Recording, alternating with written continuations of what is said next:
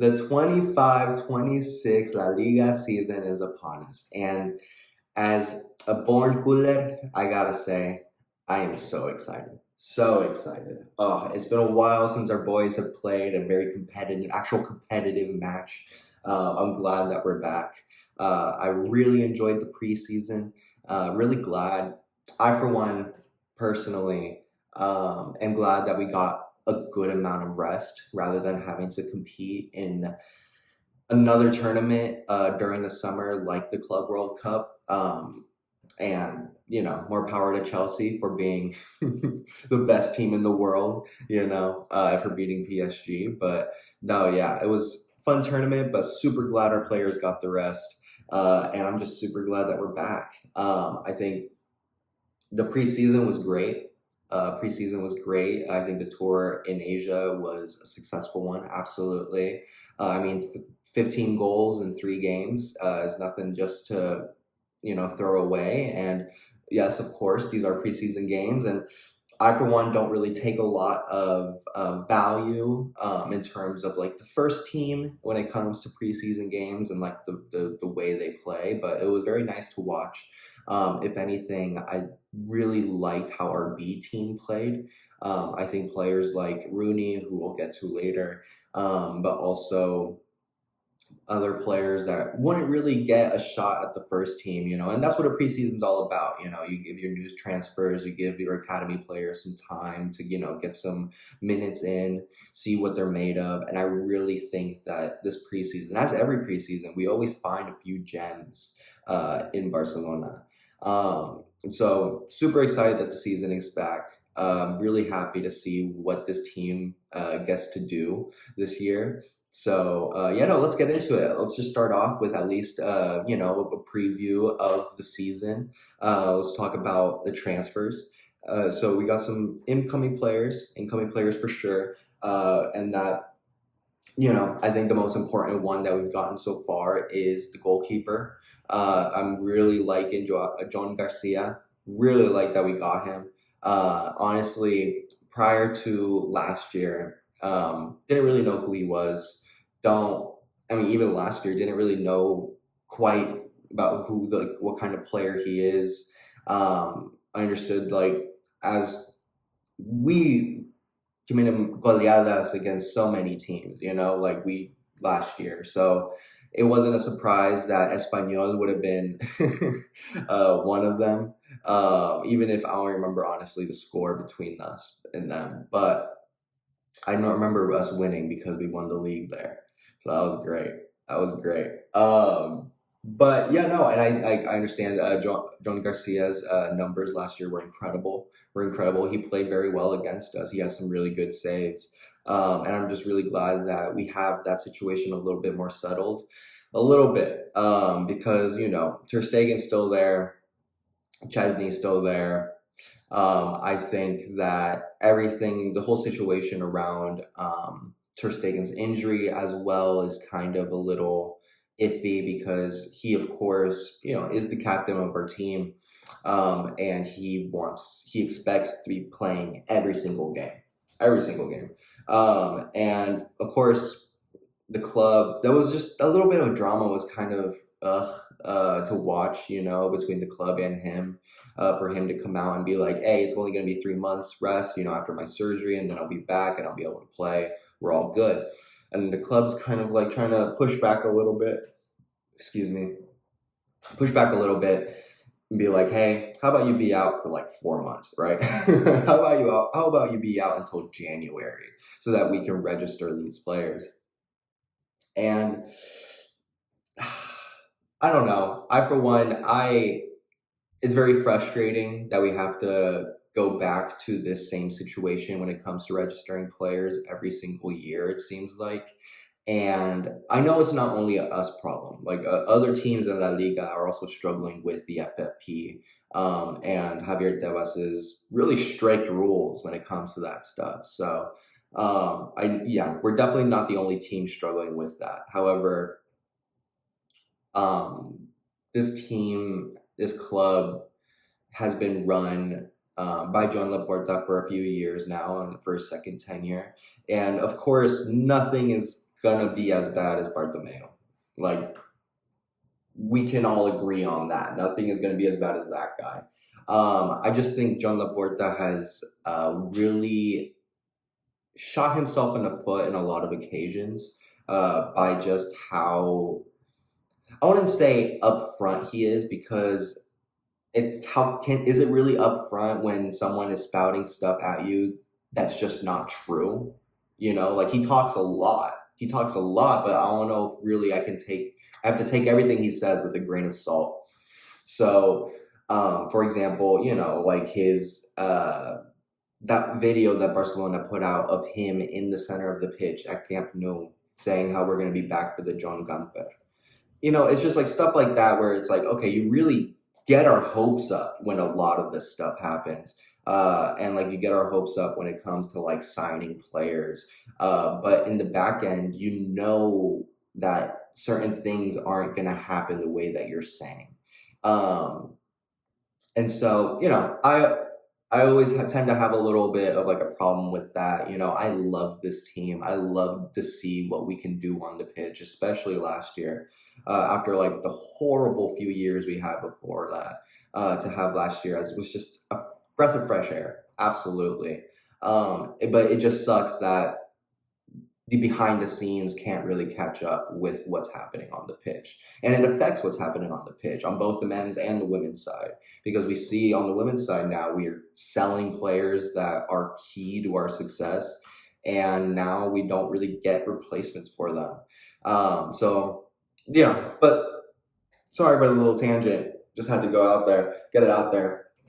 But very excited that Joan Garcia is in the team. Very excited to see what he does. I think that Ter Stegen had an incredible point when we first signed him, or while we were still in contract negotiations with Joan Garcia, that to be a keeper for Barcelona, it's great that you can have 6-7 saves in a match, but to be a keeper at Barca, you have to be able to save that one shot that comes, because like we're going to have the ball the majority of the time. We're going to be the ones attacking the majority of the time. But if you're not able to handle that counterattack, then that's how you're going to be looked at to us as fans. So I think that was a really good point. I think it's true, absolutely. But very excited to see what he does. Now let's go to the next incoming transfer that we got in Rooney. I think he's also really, really good and promising. I am in the States. I'm on the West Coast, so to watch the preseason games in Asia, I would have to have woken up at like 4:30. Just wasn't something that I really wanted to do for a preseason, So I was like, all right, I'll just like watch it, back again, or I'll just see some highlights. But seeing how Rooney played when he got his chance, like it was very promising, and I really enjoyed watching him play. I think he's a very solid choice to be able to have in that position, just to give Yamal a rest. And also, I don't see a likelihood of them playing in the same team together, like at the same time, but or on the pitch at the same time, I mean. And so, but to have a little as a backup, I think is a great option. And plus he was super cheap. So he was very on a lot of teams' radars a lot, like I think like a year or 2 years ago. Then he gained a sort of reputation at Copenhagen of just having a little bit of attitude problems, which absolutely we don't want at Barcelona, but also in this day and age, a lot of players will come with attitude problems. And I say that, but also there's such a huge like gap between like a player refusing to show up to training or to refusing to play for a team, or I don't know, getting into disagreements with teammates and the coaching staff. Like those aren't both neither of those are ideal, of course, but they're just two completely different things. And so I personally don't really know much of the details behind Rooney's problems at Copenhagen. But from what I've seen with him in a Barcelona jersey, I'm pretty excited. I think it's going to be a solid choice for a backup. And from moving from one wing to the other, For our last incoming person, we got Marcus Rashford. Now this one, when he was signed, this was after us attempting to go for Nico Williams, which didn't work out. Then us then attempting to sign Luis Diaz, or at least monitoring that situation, didn't work out.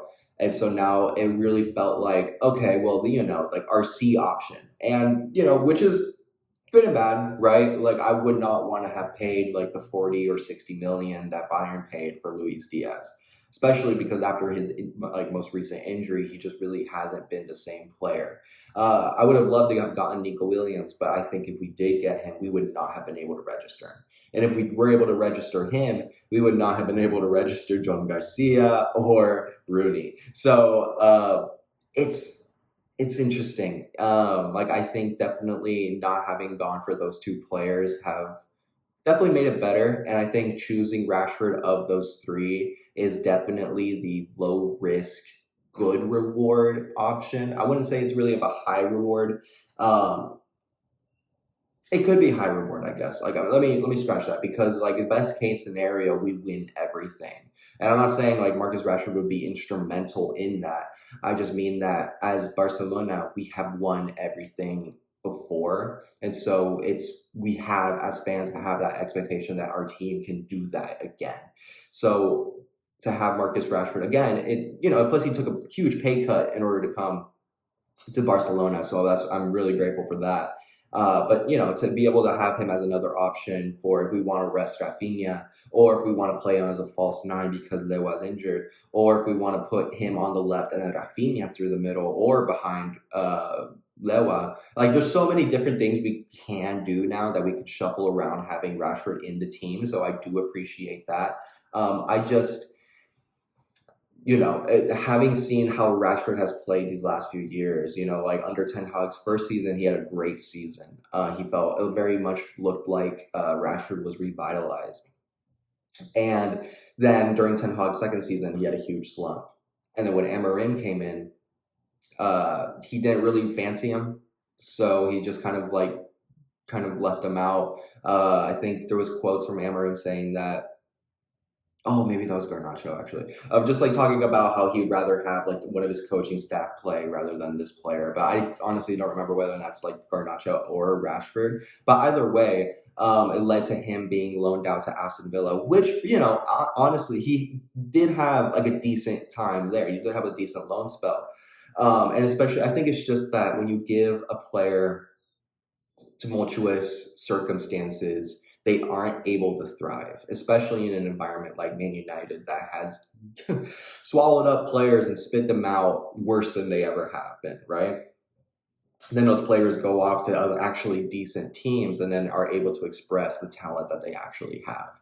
And so I think you saw a little bit of that with Rashford playing at Aston Villa. I think it's really key to have a coach that believes in him, that tells him that provides him a little bit of freedom that his play not requires, because he's more so of like a ball over the top and running into space type player with his speed.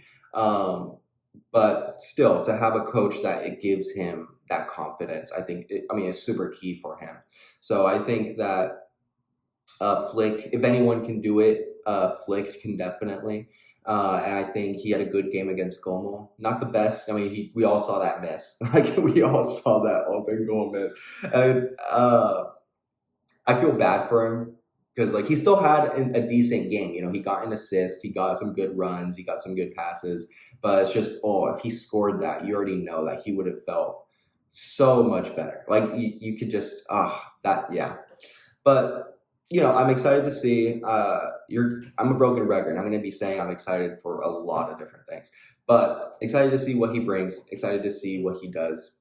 And yeah, no, I think it's really low risk because at the end we can just send him back to Man United and be like, "Thank you for your service, Marcus." So, yeah. So now shifting to outgoings. This one hurt. I did not like seeing Pablo Torre leaving. I think he just didn't get enough game time in the team. And whenever he did get game time, he wasn't world changing, but he was really good. There were games. There was like a spell of time where he would come on as a sub and score. Like he was and he. I don't know. He would just take the ball and he'd go forward. Like his thing was to go forward. A little bit by the end, he would do more safe passes. Of course, I just think he lost his confidence a little bit. But he was a player that I was very excited to watch, especially because there was that transfer saga with him. I wouldn't call it a saga, I guess. It was it was a little less than that, but it was just like a competition between Real and Barca to get this player, and he chose us. So really bummed out to see how that turned out, but we were able to get 5 million for him, to send him to transfer him. And wish him the best. Absolutely, he's a great player. I love the way he plays. Just wish that we gave him more time. And I would say, to a certain extent, that's the same way how I feel about Pau Victor. Right, that's his name. Yes, Pau Victor. And I he's not as I wouldn't say he's as talented as Pablo Torre. I mean, they're playing different positions, but I think that he could have, with more time, he could have been able to adapt to Flick's system a little bit better. And I think that, of course, last season he didn't get enough game time, of course.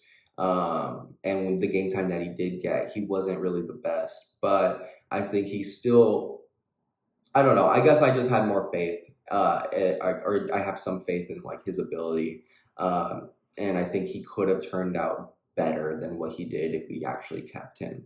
But he also left, and I think this next one is probably the most painful of all. I did not when I saw this when I saw 433 post this with like Fabrizio Mormano with her yeah. It really shocked me, and that's Inigo Martinez's departure. What will we do? What will we do? Flick has come out today in his press conference before the game talking about that he doesn't believe that we need reinforcements in the defensive line after Inigo's departure. Can't say I agree. He mentioned that Gerard Martin can play in that position. Please don't ever play him in that position. Like, please, please. Of course, we have other defenders that are incredible. Like Kunde can play in the center, of course. He'd prefer to play in the center. We have Pau Cubarsí, who will only get better. This kid is incredible.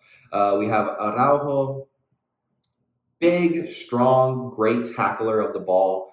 Put the ball on his feet under slight pressure, he always panics. That's just Araujo. I don't know if I'm sure Flick believes that he can change that about his game. I don't know. Then we have Andreas Christensen, who is still in this team, who is still a great defender, and we don't play him as much as we should. Of course, he's very injury prone, so I understand that. I understand from that aspect. But I still believe that I'd rather have a back line of Cubarsí and Christensen rather than Cubarsí and Araujo, from what I've seen of Christensen in a Barca jersey. More like, when he has played compared to Araujo's performances of late. But, it is what it is. But anyway, back to Inigo. This man was the leader in that back line. He really was. He just the bravado that he showed, while being in that back line, whether that's, those last ditch tackles that he do, and then when the ball goes out, he starts yelling at everyone, which I fucking love to see. Or those headers that he would do with like the iconic goal celebration of him just running like across the fucking touchline, just going like this. Like it's a great defender, and like from all the posts that I've seen of the players after he had left, it seemed like he was incredibly popular in the dressing room as well. They all saw him as a leader. They all saw him as the person that would step up, and I mean, multiple times he did.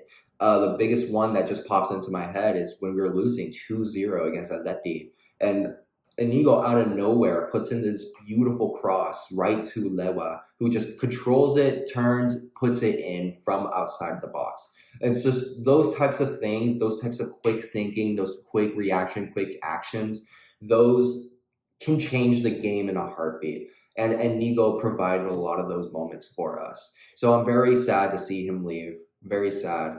But I wish him the best. I wish him, yeah, he gets that money. You know, if you're going down Nasir, you better be getting paid. So I'm super glad that he's getting paid. Because Lord knows we're not going to be able to do that for him. But you know, those are the outgoings. Those were the incomings. There are a few renewals, so I think we should touch on that before getting into my expectations for the season. But you know, we got Rafinha renewed, which is huge. One of the best players in the world last season, arguably. I mean, my head, I'm biased. It's not arguable. Definitely top three, top three player for me in the world last season. And that there's only two players above him, and one of them is the other player that we got a renewal for, which is Lamine. Best in the world. Best in the world. This kid's incredible. All respect to Dembele. I don't know about all respect, but anyway, respect to Dembele and what he achieved this season, especially winning the Champions League and Supercopa and winning just the treble on top of the Supercopa.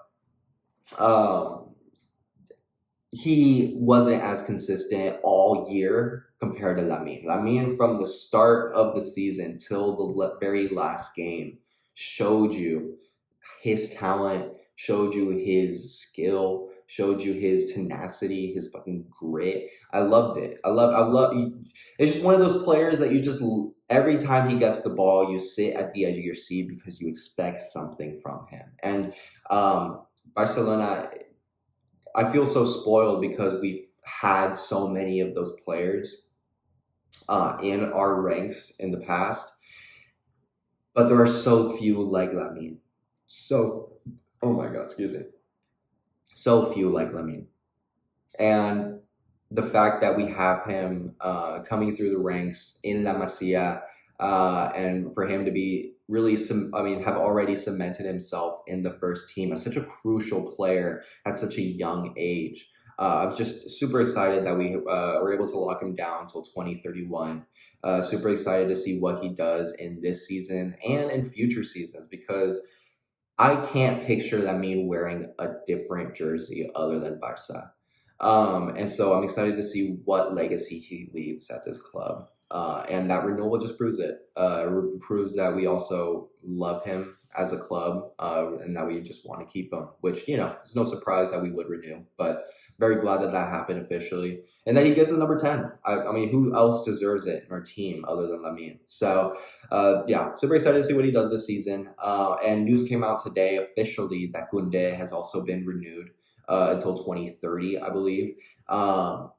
Also huge. He was an incredible right back last year. He has come out to say like he prefers to be playing more centrally, but the way he plays right back is incredible. He provides such security when we're being attacked, but also he provides a lot going forward.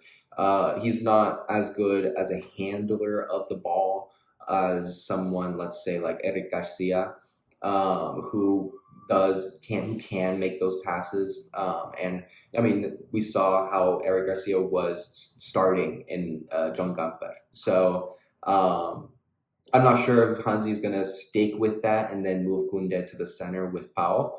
I would not mind that, honestly. I know earlier I said Christensen. I'd rather have Christensen than Araujo there. But that was under the assumption that Koundé would be a right back.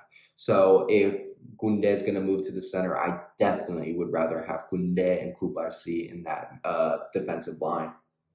But yeah, super excited that he's going to stay. I mean, it was also, so many of our players, it seems like we've gotten them from just sagas, from just drama. There's nothing that this club can do without having drama involved. So I remember when Chelsea were in after him, And this he chose us. I mean, and we were offering a lot less money. We were off like the project at the time. Chelsea's project was a lot more exciting. Um, so yeah, super glad that we locked him down. But that's transfer stuff. That's renewal stuff. Now let's get into our expectations for the season. I, for one, I'm not trying to be delusional. Let me just put that there first. But also, if we don't win everything, I will cry. I last year was hard when it came to the Champions League specifically, and we'll get to like my expectations for that this year. But um, domestically, it was incredible. I think going into this new year, I expect the same, even with a new revamped Real Madrid and Atleti, because Atleti are making a lot of moves as well. But I still think that as a cohesive unit, we're still above those other two teams. So definitely first in La Liga. We got to get La Liga. That's just bare minimum. Copa del Rey, Super Copa. I can take it or leave it, honestly. Uh, but those Copa del Rey and La Liga, we have to win. We have to win. Um, and the biggest one of all, we have to at least make the final of the Champions League. If we don't make the final, it's that I'm not saying the whole season's a failure, but that campaign is a failure. We have to at least get to the final.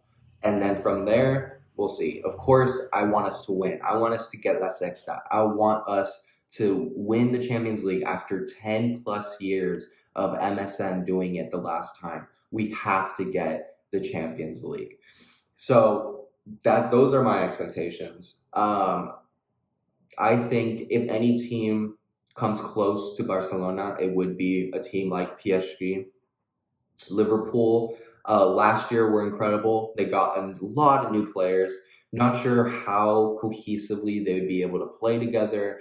The Carabao Cup, no, not the Carabao Cup, the Community Shield showed a little bit of frailties, absolutely, especially defensively. Van Dijk, for as an amazing defender he is getting older, and he was at fault for those goals. But not saying that he's washed or anything, absolutely not. But I'm just saying that when the rest of your team isn't working as a unit, it puts a lot more pressure on the back line. And so, but I'm sure Arne Slot will also fix that up for them. But if there are a few teams that can go toe to toe against us, it is PSG, it is Liverpool, and of course Real Madrid. Real Madrid is always going to be there. As much as I hate those motherfuckers, dude, as much as I hate them, they're always going to be competing against us, and rightfully so. It'd be a boring league without them. As much as I love beating them every single time we play against them. And that's why, last year was incredible. Last year was awesome. I loved every single one of those games. My whole family are Madridistas. I am the only culé in my family. And so we always get together to watch every El Clásico. And last year was just a treat. Last year was just a treat. So they definitely have brought in some incredible players. Excuse me, Hoyson. I'm never gonna be able to pronounce that name correctly. Is a great defender, and his passing is incredible. Just from watching Real Madrid in the Club World Cup and some of their preseason stuff. They didn't really have a preseason, but just watching a little bit of who this player is, he's going to be so key for Real Madrid going forward. And Militao is back. Militao, as a Barca fan, I hate Militao, but I gotta give him his props. He's one of the best defenders in the world when he's on top of his game. And it seems very much like he's back to it. I never would have thought a player that would have ripped 2 ACLs would be able to come back and be as just be as dominant as he has been in the preseason. So yeah, they're going to be a tough opponent. Absolutely, absolutely. I just think that that front line is a little iffy. I don't know if Xavi can fix that front line to the extent that it needs, because of course, the goals will come. The goals will come. Like, they have incredible attackers up there with Mbappe and Vinny. Who knows if Rodrigo's going to be there? But also with Brahim, with Bellingham, who's out for a little bit, but he will come back. When you have attacking players like these, the sky's the limit, but you just have to provide a base for success. So, and also, scoring goals is also not the only part of the game, right? And I think defensively, especially after getting someone like Trent, I understand it's more of a cliche now just to be like, oh, Trent just sucks defensively. Like, like the memes of like Lamine telling Rafinha, oh, let me just switch sides with you so I can get 10 dribbles on Trent real quick. It's funny. They're funny. I like them. I laugh at them. They're great. But I just don't really know how realistic that is going to be. But Trent, going forward at least, is incredible. Like, there's no way, nowhere else, no way else to put it. He's just an incredible player. So of course, if there is going to be a team domestically to challenge us, it will be Real Madrid. Atleti, of course, have made their transfers. They've had a lot of outgoings, a lot of incomings, but I don't know. For me, it's just like, I don't know if any other Barcelona or Real Madrid fan feels this way, but when it comes to talking about this or La Liga, Atleti's always just like, they're like the annoying little brother that always, when like the two other siblings are talking or they're arguing, your little brother always tries to chime in, and then both of the older siblings are like, shut the fuck up, And I understand that because I'm the younger brother in my family, so I understand that sentiment from the older siblings. But that's just really, yeah. So expectations, of course, like I said, I don't want to be delusional, but I do expect us to win everything, because I do really believe that on our best day, no one else can come close to us. No one else. So very excited that the season's here. Now, on to the actual game tomorrow. Again, on the west coast of the U.S., so it's 10:30 a.m. for me. I am ready to wake up, get some coffee, put on my jersey, just go and watch the game and enjoy it. I am so excited. It's been so long. But Mallorca is going to be a tough opponent. I'm not even going to lie. Last year, we beat them twice. We beat them in the first fixture and the return one. Absolutely. Beat them at home 1-0, and then beat them away from home 5-1. Great games. It's just Mallorca is always a tough opponent. They prior to last year, they always observed the pressure that we put on them, and under Xavi, that they were able to just kind of like observe the pressure because we weren't so lethal in attack, and then the counter was just so deadly. So deadly. And we struggled with low blocks prior to last year, and even some moments last year as well, we still struggled. But I'm very excited to see what we do this time, especially because it is going to be the first game. Our players might be rusty, absolutely, but they'll be full of energy. At least for the first half. So I'm excited to see how that first half goes. I am at a point now with Barcelona that if the other team scores 1 or 2 goals against us, I'm still chilling. Like, I'm going to be frustrated, absolutely, but I'm still going to have that faith. Like, we're going to turn this around. We're going to turn this around because we are better than them at the attack. We have the players to do it. We will do this. So, Mallorca is going to be a tough opponent. They always are, but we will do it. I believe that we will do it, and I think that the final score will be 2-0 for Barca. Nothing too crazy. It is the first fixture, so I don't want to get my hopes up too much, but we will win. Absolutely. Moving on to our possible lineup. Excuse me. I believe Chesney will start in goal. Don't know if Garcia is even registered right now, like, and that's the whole drama behind that stuff. It's still very frustrating. But we have until the end of the month, so there's still time. So yeah, Chesney will start. Back line. I Flick's gonna put his strongest possible team out there, and I think a lot of that reflects what Como was. So I think back line there are going to be a few changes from our starting lineup from with against Como. So instead of Eric Garcia in the right back, I think it's going to be Kunde, then Araujo and Kubarsi and Balde at left back.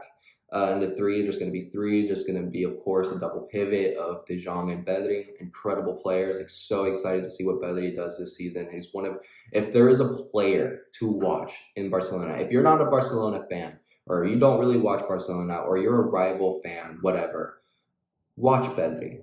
Like the way this man conducts himself on the field with the ball, without the ball, the passes, the vision. It's just incredible. I love Pedri.